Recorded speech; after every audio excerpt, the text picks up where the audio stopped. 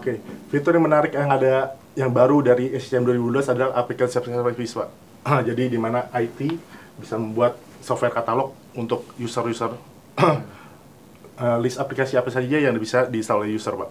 Jadi dan juga kita juga bisa membuat apakah aplikasi tersebut pas user request apakah perlu approval apa enggak. Nah, jadi ada approval request-nya juga seperti kita lihat di sini contohnya. Dan approval request-nya ini langsung ke admin. Jadi admin bisa memutuskan apakah user tersebut boleh menginstal aplikasi tersebut atau enggak, Pak. Oh, oke. Tapi ada bisa juga secara otomatis ya, artinya? Bisa. Jadi approval-nya apakah perlu apa tidak itu tergantung ditentukan oleh IT sendiri. Oh, oke. Lalu kemudian di SCCM juga akan mengikuti sistem center yang lain juga, Pak. Jadi untuk UI-nya seperti yang Bapak tadi bilang, UI-nya itu disimplified. Jadinya lebih sederhanakan supaya admin lebih mudah memanage tas-tas yang ada di dalam SCCM. Karena kita lihat kan fiturnya banyak sekali kan, Pak. Nah, sekarang itu semua dipisah, jadinya kalau bisa kita lihat di sini itu jadi lebih permudah. Ini tampilannya seperti Outlook ya, Pak ya. Jadi seperti Microsoft Office. Jadi di sini ada dibagi. Jadinya sekarang dulu itu kita jadi satu semua. Jadi kadang-kadang user atau admin juga bingung ya. Sekarang kita dibagi jadi administration, software library, monitoring dan juga asset compliance. Jadi untuk memudahkan user, administrator dalam hal ini untuk memanage desktop mereka. Yeah. Dan juga kalau kita lihat di sini menunya juga sudah berupa ribbon ya, jadinya kayak ribbon yang ada di Office. Jadi menunya itu konseptual menu, jadi sesuai dengan apa yang sedang dilakukan oleh admin tersebut. Contohnya di sini, dan di sini kalau misalnya kita sedang melakukan overview, lalu kita pindah ke tempat lain, maka menunya akan berubah juga. Contohnya, kita sedang manage user atau komputer, maka menunya sesuai dengan yang sedang kita lakukan. Sama seperti yang ada di Office, jadinya. Oke, jadi learning curve-nya dari masing-masing admin itu udah bisa bilang hampir hilang ya, karena mereka sudah melakukan sesuatu yang sudah biasa dilakukan seperti di Office gitu ya. Dan ini juga berlaku untuk semua sistem center yang lain jadinya, Pak. Jadi bukan hanya di SCCM, tadi Bapak ada SCVMM, SCOM, UI-nya akan persis sama seperti ini juga. Jadi proses pembelajaran adminnya akan lebih mudah. Yang berikutnya juga yang berhubungan dengan antivirus, jadinya kita juga bisa memanage endpoint security. Dalam hal ini yang kita manage adalah Forefront endpoint dari Microsoft, jadi antivirus dari Microsoft. Di mana kita cukup, kalau misalnya Bapak sudah mempunyai infrastruktur SCCM di tempat, nah kita cukup menggunakan infrastruktur yang ada, Pak. Jadi kita tidak perlu lagi membeli infrastruktur yang berbeda untuk antivirus. Oke, bisa nebeng yang existing berarti. Iya, untuk menebeng existing SCCM infrastructure. Jadi di mana admin dapat memanage juga selain desktop management, jadi antivirusnya juga, Pak. Ya, untuk security-nya juga, dan tidak memerlukan hardware tambahan. Menarik. Lalu kemudian yang kita pelajari dari versi yang sebelumnya itu, kebanyakan masalah itu terjadi adalah masalah kesehatan di agent-nya, Pak. Nah, di SCCM 2012 itu kita ada yang namanya client health, jadi kita memonitor kesehatan dari agent-agent yang ada di desktop.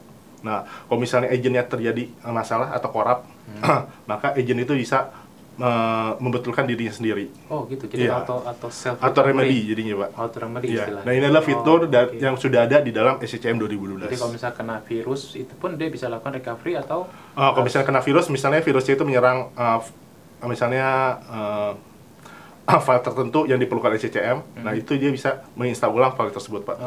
Iya.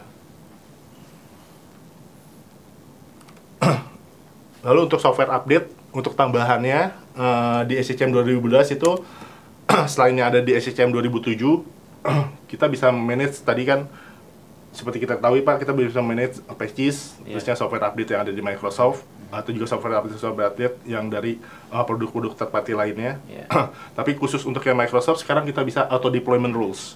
Jadi kalau misalnya di Microsoft kita tahu kan ada yang critical updates. Nah, misalnya critical updates itu kita mau deploy dengan cepat, kita bisa membuat rules auto deployment. Jadi tanpa user melakukan membuat package lagi, atau saya membuat deployment rules lagi. Nah, jadi langsung bisa dideploy ke desktop yang ada dengan cepat. Seperti itu. Dan yang terbaru dari SCCM 2012 itu adalah Mobile Device Management. Mobile Device Management ini nanti kita akan support selain Windows Phone dan juga Windows Mobile, Pak, kita akan support juga untuk iOS dan juga Android. Jadi untuk iPad, iPhone, atau juga Android tablet bisa di-manage juga dengan menggunakan SCCM 2012. Satu lagi yang sering orang pakai untuk chatting itu, BlackBerry apakah di-support juga, Pak? Oh, BlackBerry enggak, Pak. Kenapa, Pak? Karena BlackBerry kita tahu sendiri, Pak, selain di Indonesia, di negara-negara luar juga trennya sedang menurun juga, Pak. Jadi saat ini kita coba fokus di iOS, Android, lalu Windows Phone, dan juga Windows Mobile, dan juga Symbian, Pak. Yeah. Jadi fokus lebih ke device-device yang kelihatan akan naik ya? Iya, benar sekali, Pak, yang trennya akan naik. Untuk device management ini kita ada dua, Pak, untuk manajemennya, debt management dan juga life management. Di mana debt management itu kita bisa manage seperti untuk asetnya, aset berupa software atau juga hardware, lalu kita juga bisa melakukan distribusi software. Sedangkan yang untuk life management itu kita mau provide manajemen itu dengan menggunakan Active Sync. Jadi user itu harus memeriksa email ke Exchange. Jadi ada settingan itu kita manage melalui Exchange, Pak, Exchange server, ya, Exchange Sync. Yang tercover dalam life management itu adalah yang tadi, Pak, yang iOS device, Android device, dan juga Windows Phone. Itu yang bukan life management. Sedangkan yang sisanya bisa melakukan debt management. Kayak Symbian tadi ya? Iya. Lalu sering juga kita ditanyakan nih, Pak, SCCM itu apakah bisa cross platform management nggak, Pak? Kalau kita tahu kan dulu kan SCCM belum bisa kan, Pak, hanya bisa supportnya Microsoft produk doang. Nah, kita nggak mau kalah juga, Pak, untuk SCCM nih. Kita mau ngikutin teman kita SCOM yang bisa manage cross platform management. Rencananya di Service Pack 1 yang akan keluar di pertengahan tahun ini, Pak.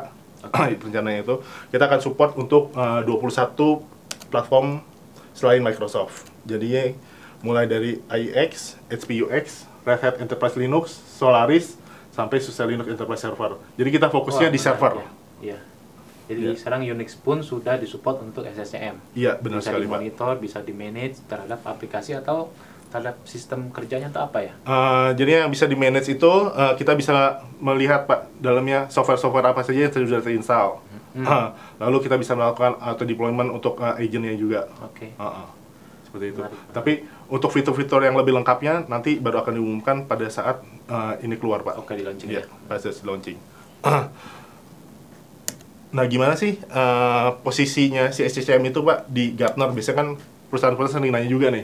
Kita di Gartner itu di mana tuh adanya? Nah, kebetulan kita untuk client management itu Microsoft ada di Leaders. Jadinya kita bersama Microsoft, Symantec, Landes, dan juga HP. Oke. Karena biasanya customer kalau setiap mau membeli investasi satu produk baru, mereka patokannya atau lihatnya ke Gartner terlebih dahulu, baru menghubungi vendornya. Iya. Ya, itu untuk yang SCCM, Pak. Yang ini adalah screenshot untuk software inventory-nya. Jadi kita bisa melihat operating system apa aja yang ada di dalam misalnya server ataupun desktop kita. Ya. Nah, ini contohnya kita memanage software distribution ke Linux ini, Pak. Jadi Red Hat. Dan ini juga kita bisa melihat di dalam Red Hat itu aplikasi-aplikasi yang install apa saja, bukan cuma aplikasi aja, Pak, kita juga melihat prosesornya, sistemnya, sampai ke hardware-nya juga. Jadi software inventory dan juga hardware inventory juga. Dalam ya? Iya. Dan gimana untuk inventory-nya, Pak? Inventory sendiri kita bisa melakukan query sendiri, Pak. Jadi custom query. Jadi selain yang sudah di-define oleh SCCM 2012, kita juga bisa melakukan custom query. Ini bisa dilihat di sini, contohnya kita melakukan query untuk operating system yang equal to Sun OS. Itu bisa kita lakukan juga seperti itu. Oke, menarik.